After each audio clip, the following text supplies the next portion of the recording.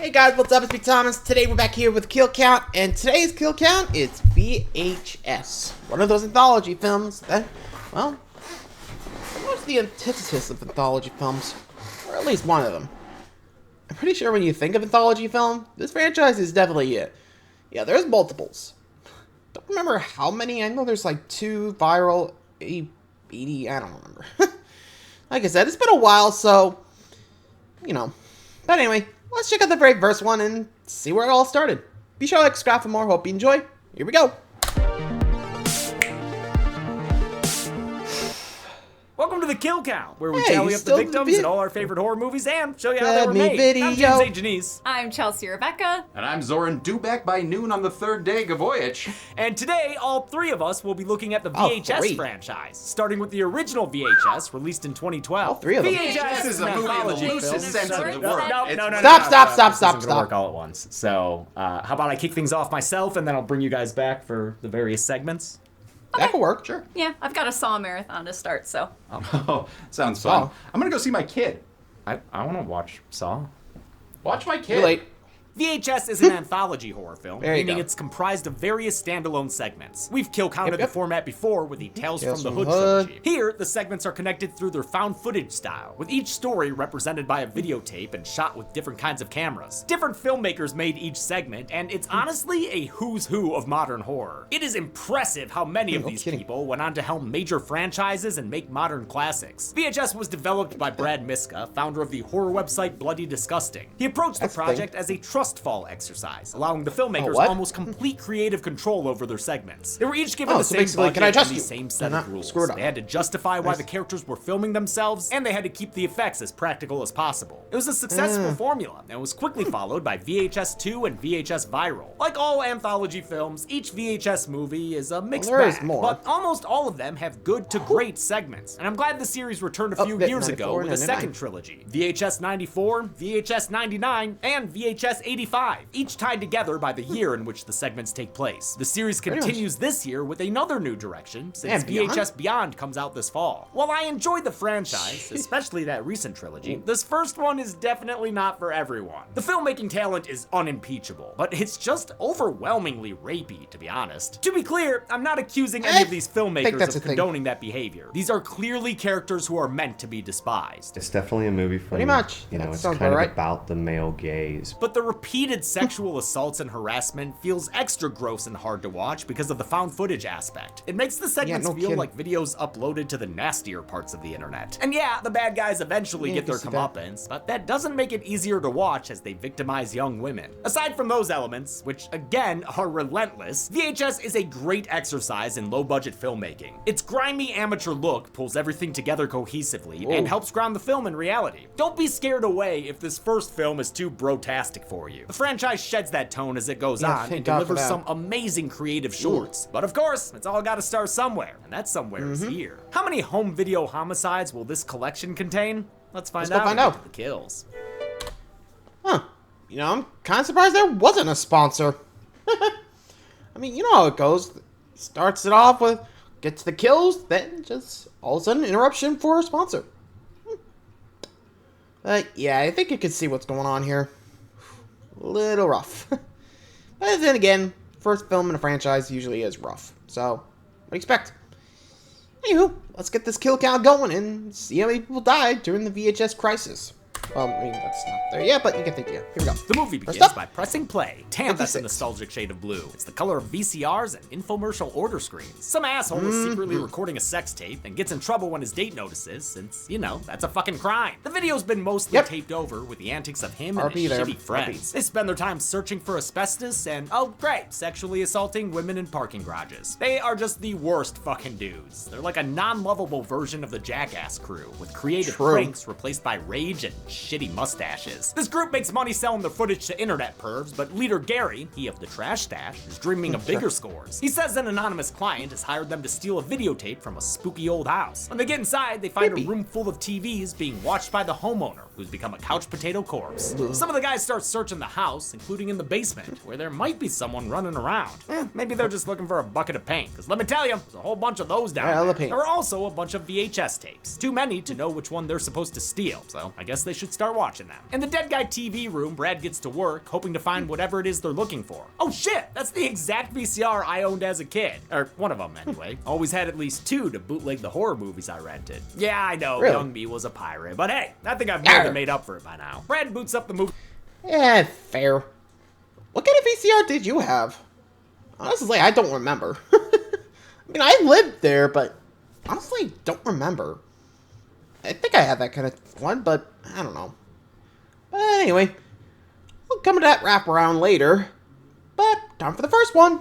Movie's first segment, Amateur Night. Shane and Patrick Yep. have set their friend Clint up AKA with the a one new that pair bring of out specs. the, These are video glasses, Fucking bitch. video glasses, dude. Fucking There's a camera video in that glasses. shit. There's a fucking mic in that shit. These body boys are gearing up for a wild night out and plan to use the glasses to secretly record themselves hooking up with chicks, which, again, is a crime. I think this segment is great, but it is rough getting so frat core again right off the bat. What salvages it is the acting, since all 3 guys feel so real. Shane as the alpha ringleader, Patrick as the hyper-drunk jester, and Clint as the spineless friend who goes along with their plans. They get rowdy with the help of a bartender played by Nicholas Tikoski, who co-wrote this segment with director David Bruckner. Bruckner would go on to make The Ritual, The Night House, and the 2022 Hellraiser reboot. And Shane gets his Taylor Swift-looking date sloshed, and Patrick practices for the woman carry relay. Clint catches the wide eyes of a mysterious lady named Lily.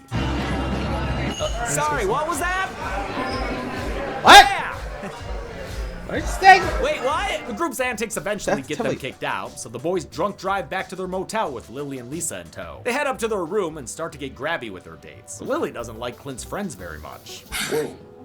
Yeesh. What Yes, are sir. you, like a fucking cat or something? She only has those big ol' eyes for one guy. I like you. Although, did she just breathe on the camera? Yo, I think she knows there's a camera, dude. Well, they used actual camera glasses for shots in front of mirrors. The device only recorded at 15 frames per second, which looks like shit. For all the other shots, Yeah, no they built kidding. a helmet rig to use with a real camera, then tried to match the glitchy aesthetic in post. The hidden cam adds to the tension of this incredibly uncomfortable scene. So does the Yeah, no perpetually kidding. cackling First person Patrick. view. I'm just fucking sitting on the couch, dude. His laugh is like those fucking firecrackers in that scene from Boogie Nights. A constant, obnoxious background voice that keeps everyone on edge. Great drunk acting by Joe Sykes, which might come from exhaustion, since Bruckner had the actors do 20 or more takes to get them loopy. Lisa passes out, Yeesh. but that doesn't stop Shane, at least until his friends tell him to knock it off. She's done, dude. She's done. Don't do it. Stop now. Good job, guys. You have cleared the absolute lowest bar for human decency. Oh wait, you're Yep. still secretly recording chicks. Never mind. Drunk and horny, Shane no pulls kidding. rank and steps in on Balance Lily out, instead. I He guess. strips her completely naked, exposing Also, her what's the freaky line feet down in her the head? process. He don't seem to mind. Lily flips the script and takes Oh, control hello. of the situation, grabbing Clint for a lick and an invitation to join. Patrick wants to get involved too, but Lily says no. While cowardice back Clint off. runs to the bathroom, Patty Boy strips down and tries to join anyway. He's quickly taught that no means no. She really just fucking bit me. Jesus Christ. Yeah, dude, and that's only the beginning for your stupid naked ass. They watch as Lily's back gets gross and she lays into Shane. Not in the way he wants either. She straddles him while she tears him apart. Then she sticks Bye, her Shane. foot in his mouth. Careful, Lily. Some dudes are into that. Finally, she yanks him off the bed to finish with an off-screen molly.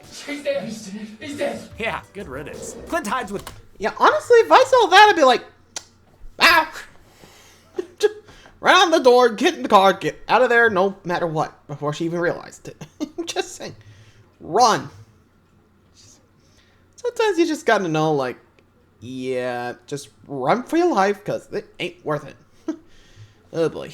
Anyway.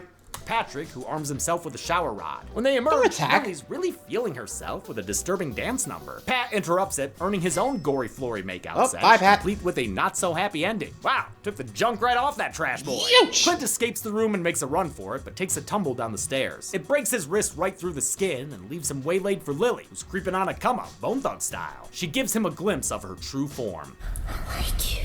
Looking like a Navi with an open head wound. English actress Hannah Fierman's unsettling performance absolutely makes this segment. She'd reprised the role yeah, there of it is, Lily in Siren. Siren, a feature-length adaptation of Amateur Night. Lily tries to show Clint Yeah, just how that's much what she it was likes called, him, but he Siren. rejects her advances, causing her to crawl away and cry in the corner. He flees into the parking lot, screaming for help, but before he can get any, he's lifted off the Whoop, ground and yoink. sails through the sky, thanks to a fully transformed Lily. Look at her go! To achieve this shot, the camera was placed inside a plastic case and floated up with helium balloons. One, 2, 3. Amateur night balloon night. Okay. Whee! Lily's flying and I hope Clint's they got legs that were camera. separate elements filmed against a green screen and added to the footage. I'll go ahead and count Clint as dead, even though we don't see it, since his glasses fall off his face and end the segment on the street below. Ah, man, that means we're back with these assholes. In the framing narrative, Brad has they're all mysteriously assholes. What do you disappeared, expect? and since we never see him again, I'll add him to the Hi, count Brad. right now as well. His buddy Rox finds the camera, and instead of looking for him, takes over tape watching duties. He doesn't notice that the dead guy behind him has joined in to watch the show too. Hey, Molly needs a walk and Lucy needs pets. Oh, So. well, that sounds like a great time to clock Hi, out Molly. and let you take over for the next segment. Say hi to Lucy for me.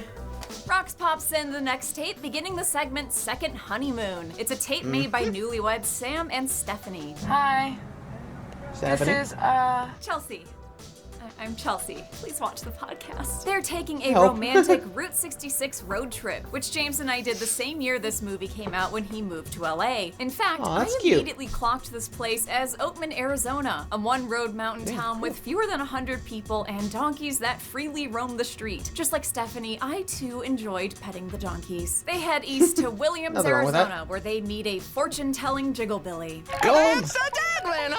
A printout gives Stephanie a glimpse of her future. A happy reunion with a loved one will make life all that you wanted or dreamed it to be. Also, Sam, take my advice. This is your chance to gamble, and you need to gamble hard. Go play some craps tomorrow. Find a $25 minimum bet table. At exactly 11:07 p.m., you're gonna want to place a 2 or 12 bet. Bet at least $100, and then get the fuck out of there. Also, in 2017, the Patriots are gonna be down 28-9 at the Super Bowl. Stephanie is played by Sophia done? Tahal, a writer-director who's done some well-received horror films and Always also shine the in Black 2019 Christmas. Black Christmas. Sam remembers what movie he's can't in bat and 100. insists that Stephanie needs to let him film her boobs. Take your sweatshirt off. I have a really good idea. And Sam doesn't stop after a single suggestion. He just absolutely has to see her thingies on tape. please don't do Really? that. I What? just said I didn't want you to record something like this. Dude, at some point you gotta realize Yeah, your choice is either getting your penis touched or not, so just put down the damn Shut up. camera. It makes him pretty easy to hate, although I do sympathize with how much he wants to stop at a casino. I just really badly want to play craps. I love craps too. You know what they say, it's like the really fun game. Yeah, exactly. His titty tantrum is boy. interrupted by a knock, so Sam checks who their visitor could be. He says the girl claimed to be a girl? hitchhiker looking for a ride. Well, it couldn't be Lily then. She handles transportation herself. It's a little creepy, but he's willing to shake it off. I wasn't like a. Well, to be fair, none of the wrapper, or at least none of the extra segments tend to, connect. Remember, the only thing connecting them is we're watching the VHSs of these incidents, so, tape 56. Other than that, no correlation. So, don't expect the repeat to show up, I know that sounded wrong, but what am I gonna do?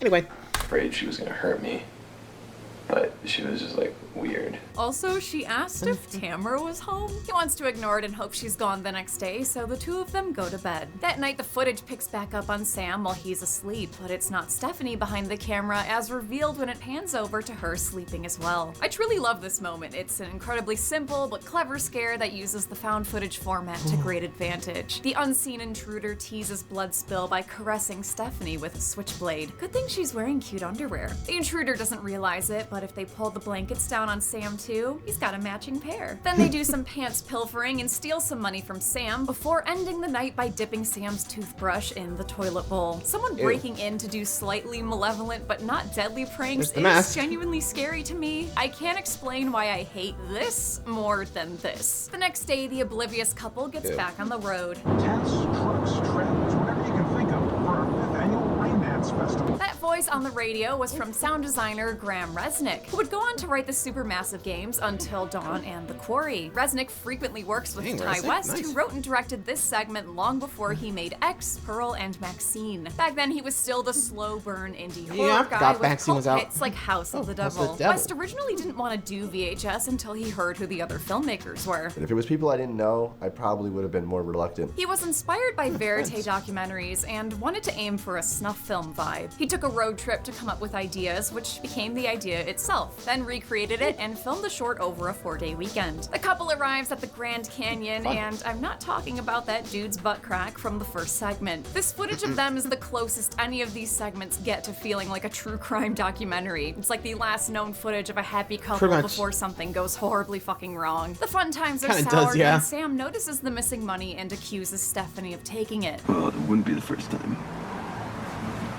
Really? You decided to treat yourself. Yeah, dude, she's gotta keep buying toothbrushes because someone keeps dipping them in poop water. That night, they stay in seemingly the exact same motel room, which I believe was in Flagstaff, Arizona. They're visited again by the mystery intruder who stabs Sam in the neck with their switchblade. It's a bloody, gurgly kill interspersed with shots of the winding road. It's simple, but surprisingly violent. As the killer washes her hands off, she's revealed to be Stephanie's murderous lover, the supposed hitchhiker chick who'd been following them. Good for them, I guess. I hope they get to play craps too. The segment ends as Stephanie asks if their snuff film's been erased. We cut back to Rox, who doesn't— Yeah, and that, my friend, was basically the wraparound. One girl takes it with a guy, and the other just comes in, films the snuff, and, well, off they go. Yep. That's basically them filming their crimes. What are you gonna do? Anyway, next. Doesn't realize the corpse and Couch Potato's gone, and what's with the black spot? Ringleader Gary is still looking for the one true tape in the basement with his other cameraman Zach, who shot the sleazy sex tape in the opening. They don't find it, but the movie heads straight into the next segment after that, which means I'm going on lunch. Soren, your shift. What? Already? Okay. Oh, is this lime shrimp? Oh, why didn't I read the label? The next segment is called Tuesday the 17th. Wait, is that really the Tuesday after Friday the 13th? Friday, Saturday, Sunday, Monday, Tuesday. Yeah, math checks out.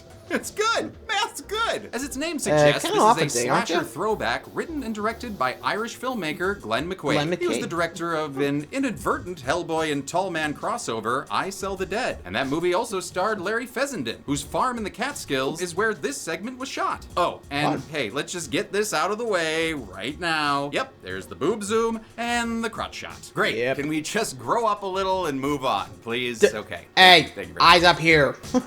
You are filming my crotch, aren't you? Yes. Yep. You are. This is your standard group of stereotypes. There's Joey the jock, who looks like the love child of Chris Pratt and Shane from Smosh. Spider, the man nerd without any power or responsibility. And Samantha the hot chick, who's implied to be, well, the Samantha of the group. You seriously want to fuck anything that has two legs with a third tripod in between? Third tripod?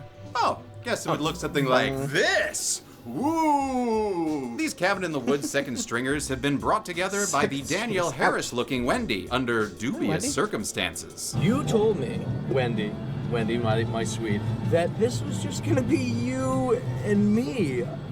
And now you've told her that it's gonna be an all-girls trip. Wendy's actually been to this forest before and mentions that a friend of hers died here recently. And as if to confirm, the camera glitches out to show her body, surprising the viewer and the corpse itself. Say what? The same thing happens later by the river, revealing a floating Jason 7-back corpse, played by writer-director McQuaid. What's with this camera? I don't know, but it's got more naked Quaid butt than season 4 of The Boys. The teen smokes some... Yeah, honestly, if my camera started glitching like that, I just looked in there just like, what the?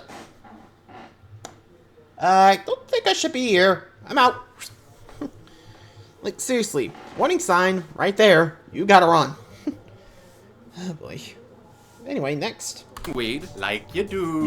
And Wendy waits till they're good and high to tell them that a non-dude bro party massacre took place here. She should know, of course, because she was the sole survivor. And it's left her kind of weird. You're all gonna fucking die up here. What? Honestly, I love that line delivery so much. What? When they press her for details, she laughs it off as a joke, then acts like she pulled a temp fate card in Camp Grizzly and presses Joey to go skinny dipping in the, I guess that's a lake? Cool. Yeah, lake. Sure, we'll go with that. Samantha leaves to take a leak in the forest, and the shitsy bitsy spider tries to film her water spout. And instead of telling him to fuck off, she rewards his voyeuristic videotaping by... flashing her boobs? I don't know, reenacting Bring It On or something? Prepare for awesome. And she does not disappoint as a figure throws a knife through the back of her head, turning her eyeball into that purple Ghostbusters toy I had as a kid. Oh, who am I kidding? I still have it. keep it unopened because then it's valuable and not fun. Having failed to save the cheerleader and thus the world, Spider tries to be a hero by filming the killer, who shows up on video in a staticky form like the hackers in Unfriended Dark Web. The killer is referred to as the Glitch and makes noises like an old cell phone next to a computer speaker. The Glitch goes after our 8-legged geek who trips and falls, which results in him getting stabbed repeatedly in the forehead by a bunch of artifacting and ultimately pulled off screen. Troma fans might recognize actor Jason Yashanin from Poultrygeist. I, however, do not, because I swore off Troma forever after watching their movie Butt Crack, the tale of a butt crack that melts people's faces. And you know what I melted? The DVD of that movie! Fuck you! Later picked up by Wendy, who seems unfazed by the death of her friends. She catches up to Joey next to the, lake? We're still calling this retention pond a lake. Honestly, we should just drain that sucker for soccer practice. Anyway, she tries to get Joey to keep his clothes off. I think we should get back into the lake, fuck each other's brains out, and we could even film it for posterity. Wow, this one really flipped the script. Nice. Wendy says the massacre she survived was done by an unknown evil entity. She admits she brought the group out there as bait, which works since the Glitch approaches Joey from behind and slits his Joey's apple. McQuaid took inspiration from 80s slashers like Friday the 13th, obviously, as well as The Burning. Oh, Jesus, is that George Costanza with hair? Horrifying. McQuaid wanted it to be ambiguous when it came to what the character saw looking at the killer. While he's glitchy on their cameras, on set the killer looked most like the one from Torso, with additional inspiration from Blood and Black Lace. Having lost her boy, Wendy flies off into the woods. She tries to make the Glitch dead in the daylight with a ground mouth and an Evan McMillan special. Neither works for very long, and she still can't get this guy on tape. You know, whatever he looks like. Why should I film you? Oh, because he didn't sign the release form. Yeah. She gets too close in his glitch slap for her troubles, causing her to flee farther into the forest. After Wendy falls due to gravity, she spots a still living Joey just bumping into objects like a broy Roomba. How are you? Roomba? Oh, Roomba. That's the actual name of the product. Well, anyway, add him to the count on my mark. Hold it. Now, there we go. Looks like Joey's been canceled again. Send Matt LeBlanc my condolences. The Glitch catches up to Wendy, who gives him a Julie Jamesian taunt. What are you waiting for? Apparently a leftover predator spring trap that drives a metal rod into his head. Wendy then gets up close to gloat. You are one staticky motherfucker. But the Glitch pulls a disappearing act when she's not looking. It then comes back for one last scare and beats Wendy down with the camera. Extreme close-up. Whoa! He then Biggie sizes Wendy's death by carving open her stomach with a knife. And wow, that's what you get. Okay, just really getting in there too. Just listen about. Gross. Sorry, Wendy. You know what they say? Life's a glitch, and then you die. Back in the house, dead Dr. Phil is back from commercial, and oh wait, where'd Rox go? Oh come on, is that a kill graphic? Another off-screen death for these douche nozzles? Who earns? Gary and Zach return from the... Yeah, honestly, I'm surprised they're doing the off-screen kind of death with this. Just with like, yoink, yoink, yoink. Like, you think it has something to do with that entity in the basement? I don't know. I feel like that's what's going on here, but who knows? Move along. The basement with a bag full of fresh tapes. Oh, bro, did you get Time Cop? Tell me you got Time Cop! Ugh, Van Dammit! Gary goes to look for his friends, leaving this Zach McCracken to bend his mind around another tape. But looks like I'm on baby duty, so I'm gonna toss this back to my buddy boss James. Zoran, that's a dog poop bag. I wrote baby on it. Dude. God damn it. I'm a good dad. The movie's fourth segment is called The Sick Thing That Happened to Emily When She Was Young. Who titled this Panic at the Disco? It was directed by Detroit-born filmmaker Joe Swanberg. Swanberg also acts, as seen in Second Honeymoon, where he played Sam, as well as You're Next, where he was douchey older brother Drake. This segment takes the form of a video call, back when they were glitchy and lo-fi. And with a setup like this, you know we're gonna have... Yep, there they are! Boom, there we go. Bitties. Oh, those are egregious boobs, too. All up in that camera. Emily is chatting with James, her long-distant boyfriend who's a medical student. They're childhood sweethearts and grew up together until James's father moved his family away for military stuff. Strange things started happening to Emily then, and now they seem to be happening again. She's got bumps on her arm. It's like this, like a lump under my skin or something. And bumps in the night. This is where I heard the footsteps. Emily might be dealing with a full-on haunting. There are weird little kids slamming her door at night and spooking her in her living room. Y'all see that too, right? Motherfucker, Yep. y'all saw that too, right? I love how classically scary this segment is, especially when it uses camera flashes. I always find those And effects. dude's just But like, as Lil goes I'm by, really- despite seeing all these things on their calls, James remains a skeptic. I mean, I think I saw something, but it could have been anything, Emily. Like, Really? you know, maybe it was like a breeze or something. Really? Like that. Emily, meanwhile, A breeze. continues to be bothered by that lump in her eye. Oh, sick! Oh, jeez, wait a minute. Oh. Thought it might be a spider bite. So you did that? What the hell, lady? Why? You're acting really crazy, all right? Normally, when dude characters say that to women in horror movies, they're dismissing or gaslighting them. But I mean, yeah, dude, that shit's crazy. Yow. She needs to stop. Segment writer I'm Simon grabbing my arm Barrett right was now. inspired by a Yow. long-distance relationship he had just gotten out of. This was the last Oh. segment written, and was meant to feel more grounded than the other, more chaotic entries. Also unique to this Sure segment about was that? the lack of improv. The actors mostly followed the script, a huge departure from Swanberg's usual mumblecore drink directing buddy. style. They originally planned to use cameras on a 2x4 rig until they realized screen capture software had gotten good enough to record an actual Skype call. It wound up being a camera. I mean, fair. I mean, oh, nowadays we got a lot of that. You know, Unfriended, the host. I mean, hell, probably can still do that nowadays. I mean, heck, you probably could do that with finding, missing, you know, all of that. I mean, heck, you want to make a movie, just get the camera. It's pretty nuts when you think of it like that, you know? Though, good luck with takes, cause yikes. Anyway. Free production, using flashlights for lighting. One night, Emily takes James on a webcam tour as she investigates a noise in her living room. She closes her eyes so she won't get scared. Emily. Wow, things got sinister in a hurry. Emily collapses, so James steps off his camera and right into her apartment? What? How the Turns hell? out that relationship wasn't so long distance after all. Also, turns out these ghost kids ain't ghosts. They're aliens, and they're using Emily as an alien baby incubator? What? And James is helping, for whatever reason. Maybe you can help her get a higher quality webcam too. What is this resolution? Like 12? He harvests an alien offspring from her Yeesh. body, then prepares to break her arm and cover the whole thing up as a schizophrenic episode. I mean, it explains a lot, you know, why I thought I've seen ghosts, why I don't remember running out to the middle of the street that night. I'm just crazy. Oh shit, forget what I said earlier. This Damn, is he some is galactic level gaslighting. gaslighting. Like the actual original textbook definition of gaslighting. It keeps Pretty the poor much. girl trapped in their relationship. You deserve to be with someone normal. I don't know what I did to deserve someone. You're so good. I like how scary and weird this segment is, but the best part of it is Helen Rogers' performance. It might be the best acting in the whole damn movie. She's so good at portraying Emily as self-conscious and sympathetic. The segment ends with the reveal that Emily is just one of several girls in James's fertility phone book. And of course, we're gonna see Here we her go boobs again. too. Oh, VHS, man. Same as it Horny ever as hell. was. As the tape runs out, Gary returns And they're to find both Zach gone. and the dead guy missing. He follows footsteps deeper into the house and discovers Zach's decapitated body and Zach's decapitated head. He also finds the old guy who's returned as the living dead. He scares Gary down a flight of stairs before pouncing on him for an off-screen kill.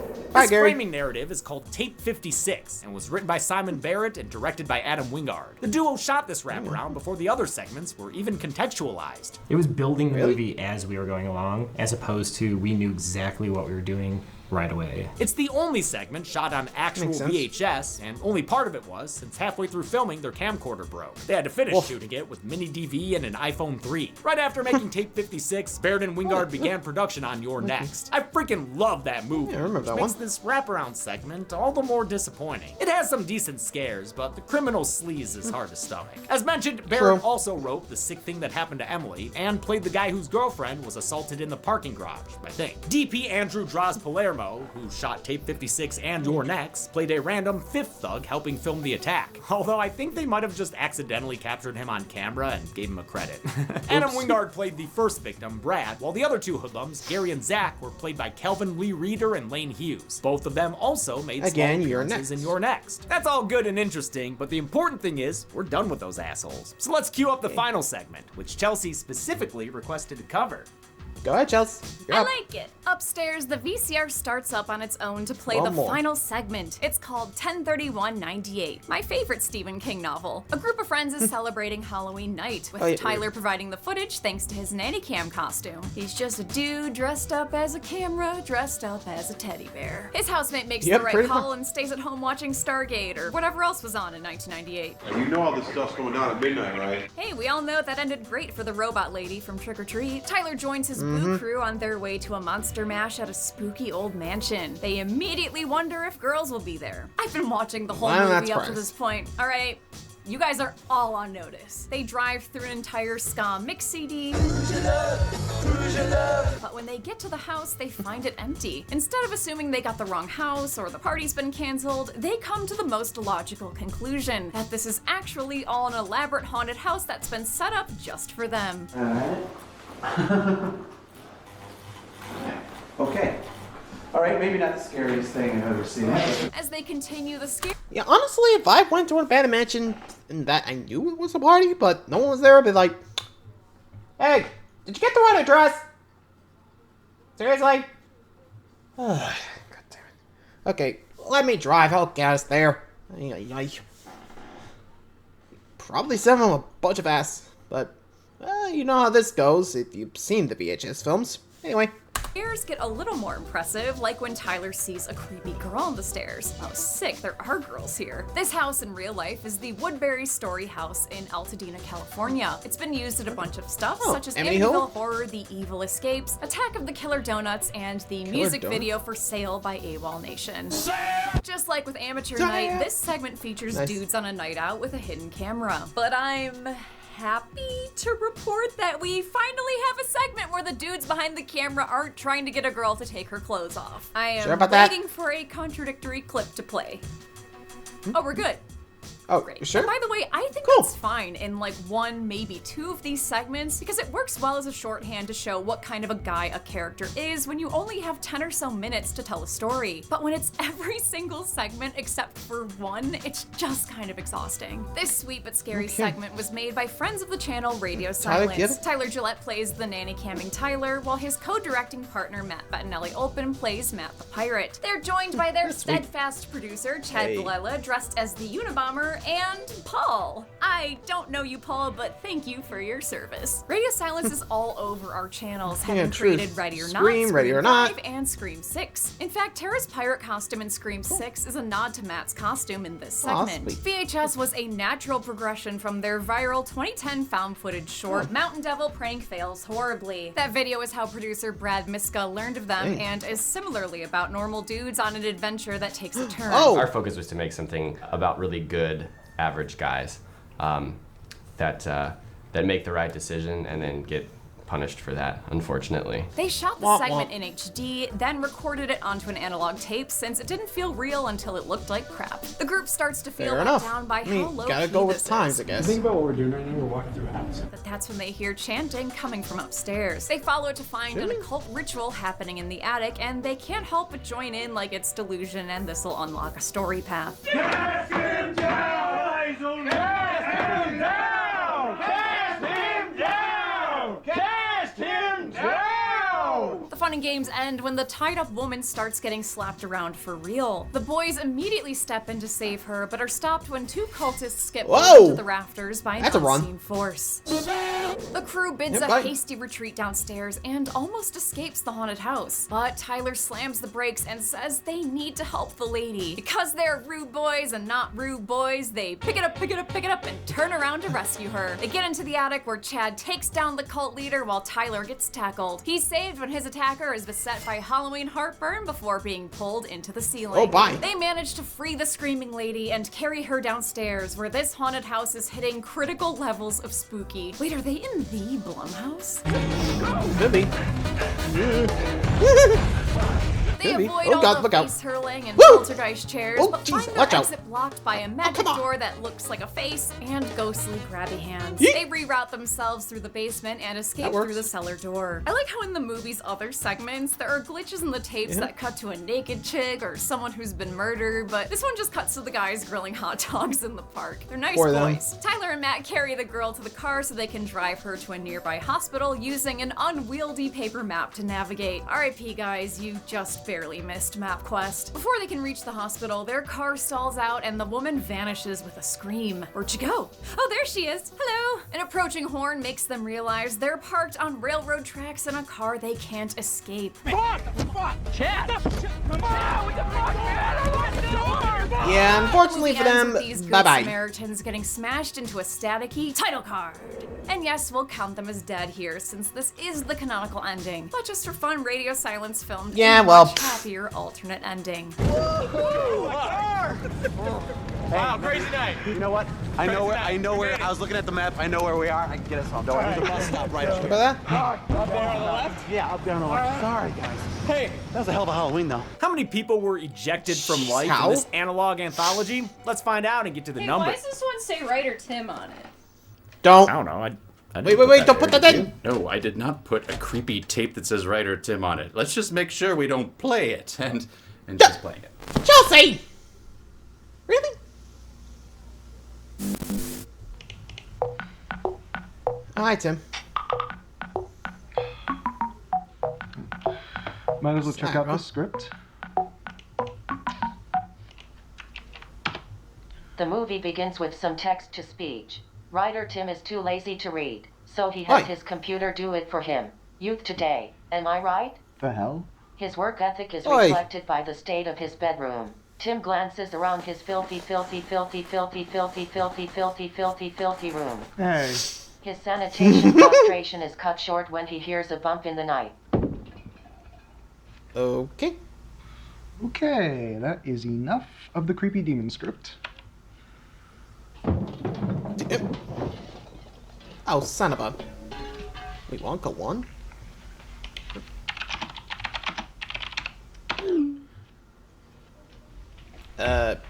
Shouldn't you... Oh boy. Just with the tennis racket? Why not? Wait, huh? Writer Tim leaves the room to check on the noise, only to get jump scared by a cat. The cat. He fails Just to a cat. notice the killer creeping up behind him until a rip-roaring chainsaw gets his attention. Writer Tim turns to run, but he trips on a whole lot of nothing. Ow. He looks for help, but only sees a creepy doll. Creepy baby, help me! But it just kind of fucks off. Screw you! He holds off the killer with his tennis racket, but not for long. Oh, my tennis racket!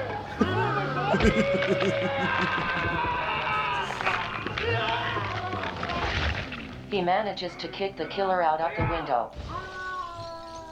Oh, look at chopped and with. is able to crawl his way back into his room, bloodied and beaten but alive, until he's tracked down by that pesky cat. Oh, come on!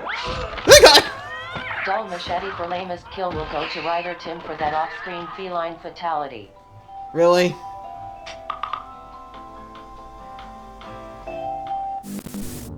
Well, that happened. 22 people died in VHS. The victims consisted of 19 male victims and 3 female victims, giving us this be-kind, repined chart. Sorry, that was bad. Here's how the kills shook out per segment. Come on, Emily, sick thing long title, pull your weight. With a runtime of 116 minutes, VHS had a kill on average every 5.27 minutes. And with 6 segments, including the wraparound, the movie had an average of 3.67 kills per segment. We'll give the Golden Chainsaw for coolest kill to Shane. It's a fitting end to a douchey character, and it happens at the hands of the film's coolest monster. Dull Machete for lamest kill will go to Brad, since none of those a-holes should go out as peacefully as an off-screen disappearance. And that's it. Yeah, VHS came out in 2012 and was quickly followed by a sequel. We'll look at that in 2 weeks, with something else in between to clean the tape head. Until then, I'm James A. Janice. I'm Chelsea Rebecca. And I'm a man who actually had this haircut when he was in 6th grade. Oh. And this has been the Kill Count. The Kill Count. Next Kill Count. You are cordially invited to an evening you won't soon forget. I'm sorry about what's gonna happen to you. Spend the night engaged in lively conversation with an ensemble cast. Why do you have a dick on your face? What? Enjoy the open bar and relax inside a giant, beautiful mansion. Yeah, look at all this. Where's this going? And do your best to avoid being turned into a giant blood splatter. That's not the first time I heard that story. That's because these are all hallmarks of a radio silence movie. Abigail joins the radio silence filmography as another fun action horror comedy. A group of literal kidnappers steals a small girl and has to guard her while they wait for the ransom. See you in 24 hours, my lovely pack of rats. That's made difficult due to a twist that was heavily advertised, but we'll do the movie a favor and not mention it here. Even if you know the twist, Abigail is still a fun time thanks to the performances from this hilarious cast. Let me get a piece of that candy. Get your own. Hi. You too. This week, make sure to put your cell phones away as you watch Abigail. Thank you. Just, okay. Hey! On Friday, lock yourself inside the house It's locked. and enjoy the kill count.